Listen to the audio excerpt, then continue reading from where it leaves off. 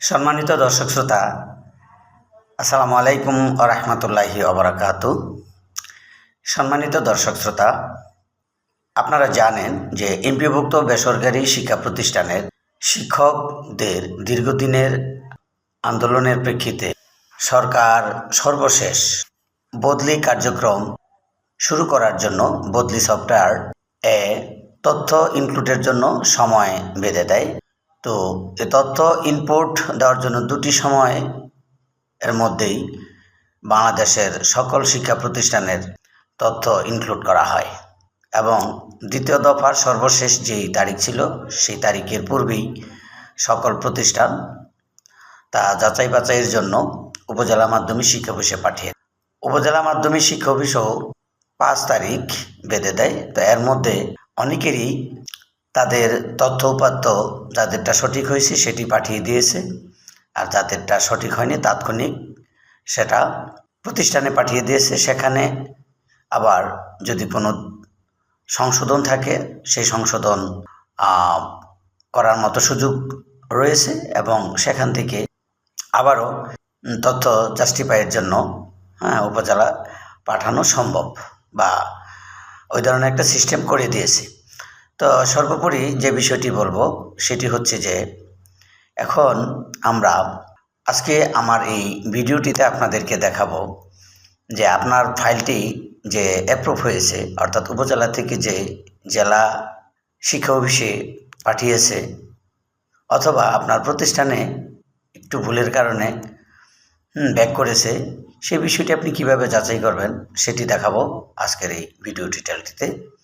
তো চলুন আমরা সেটি দেখব। তো আমরা ল্যাপটপের স্ক্রিনে আসলাম। আসলে এই সফটওয়্যারটিতে সরাসরি যখন আমরা একটি ভিডিও টিউটোরিয়াল করি তখন এটা রিস্ট্রিক্ট, অর্থাৎ গুগলে এটা সরাসরি শ্যুট করা যায় না, যার কারণে আমাদেরকে মোবাইল স্ক্রিনের মাধ্যমে সেটি করতে হয়।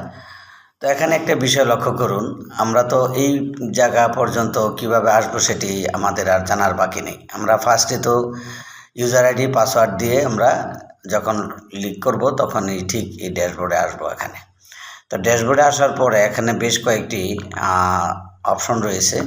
তো এই অপশন থেকে আমরা তথ্য যাচাই এটিতে যাব। তো এটিতে যাবার পরে আমরা দেখব যে এই যে আরেকটু স্ক্রল করে নিচের দিকে যাব। যাওয়ার পরে দেখি আমরা যে এখানে এই যে দেখুন উপজেলা শিক্ষা অফিসার, তো তিনি আজকে 5/7/2026 তারিখ পাঠিয়েছেন সকাল 10টা 20 মিনিটে।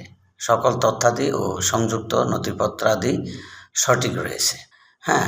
আর যদি আপনারটা সঠিক না হতো তাহলে অবশ্যই সেটি ব্যাক করতো। ব্যাক করলে এখানে অবশ্য তেমন কিছু দেখাতো না, আপনাকে হয়তো বা ফোন দিয়ে বলতো যে আপনার ফাইলটিতে একটু সমস্যা আছে, আপনি আবার সেটি সংশোধন করে পাঠিয়ে দেন। তো এখানে যদি আপনারটা সঠিক থাকে তাহলে এরূপ দেখাবে, অনুমোদিত দেখাবে। এবং আরেকটি বিষয় বলি, সেটি হচ্ছে যখন জেলা থেকেও তারা জাস্টিফাই করবে তখন ঠিক নিচে সেটাও এখানে করবে। সর্বশেষ যখন অ্যাপ্রুভ হবে তখন সেটি পর্যায়ক্রমে নিচের ধাপে সেগুলি আমরা দেখতে পাবো।